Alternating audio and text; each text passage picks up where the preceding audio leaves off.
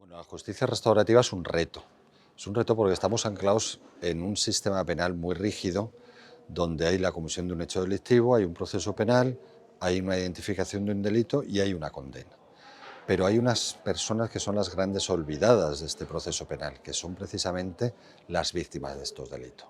Víctimas en un sentido pues muy amplio, ¿no? Entonces la justicia restaurativa es un reto porque lo que se busca, no solo en delitos menores, como se han hecho experiencias, sino en delitos más graves, poder tener ese encuentro entre víctima, el que ha cometido el delito, y a través de una persona facilitadora que se pueda llegar a esos encuentros entre víctima y agresor, por llamarlo de alguna manera. Pero la mediación o la justicia restaurativa en el medio penitenciario yo creo que tiene que ir más allá. Es decir, se verá también en este curso a lo largo de estos días, porque en un medio penitenciario hay conflictos entre personas y tenemos también un mecanismo que es el régimen disciplinario, sancionar por ese hecho que han cometido. Entonces yo creo que esa posibilidad de diálogo entre las personas que no estamos acostumbrados, ese diálogo para evitar conflictos, es el objetivo que tenemos que tener, con la búsqueda siempre de buscar la mejor solución a un problema que se nos ha planteado. Primero lo que hace falta es mayor impulso legislativo en relación a las medidas que se podrían llevar a cabo para concienciar a la sociedad para un mayor impulso de la justicia restaurativa. Pues fundamentalmente yo creo que el pilar básico es una regulación legislativa. Es decir, que hay iniciativas, tenemos el Estatuto de la Víctima, se hace referencia, hay experiencia, pero falta una regulación expresa en el ámbito penal donde dé cabida a esa justicia restaurativa. Cuando la sociedad vea soluciones o vea cómo se va plasmando esta posibilidad, pues es cuando se va a ir cogiendo conciencia de la utilidad de la misma. En el sentido que cuál considero que debe ser el papel de la víctima en un delito, pues el papel que tiene precisamente cuando se convierte en víctima. Se convierte en víctima porque ha tenido una participación activa, porque ha sufrido esa agresión o esa comisión de un delito. Pues en esa justicia restaurativa, en todo el proceso penal, tiene que tener esa misma participación activa, que ya hay indicios a la hora de ser informada, a la hora de poder interponer recursos sobre determinadas resoluciones, pero tiene que tener participación mucho más activa, por ejemplo,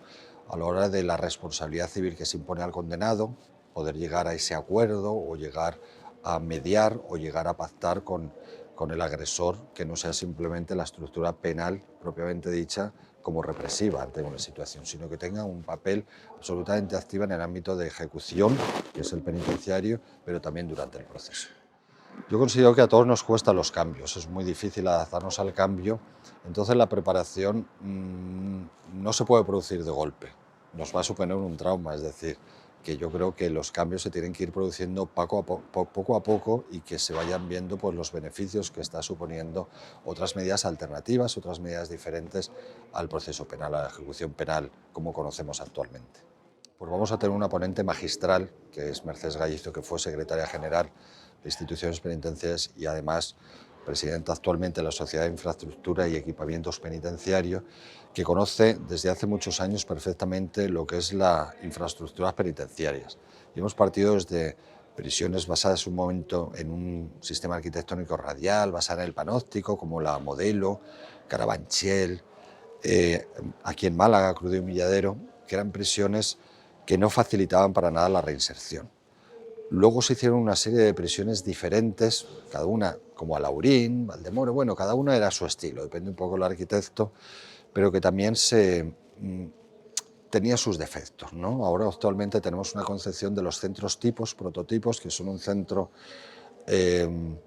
únicos para toda España, donde allí tienen cabida en una vida modular y separada del resto de las personas, donde puede llevar una vida en prisión lo más similar posible a la vida en libertad para esa futura integración. Es decir, que yo creo que la infraestructura penitenciaria dentro de esta privación de libertad es un elemento fundamental. Primero porque es represivo, porque estás en una infraestructura que tú no quieres estar. Entonces, para conseguir el efecto de la reinserción social de nuestra Constitución, tenemos que empezar a dulcificar pues, las infraestructuras penitenciarias, cosa que en la actualidad ya se está haciendo.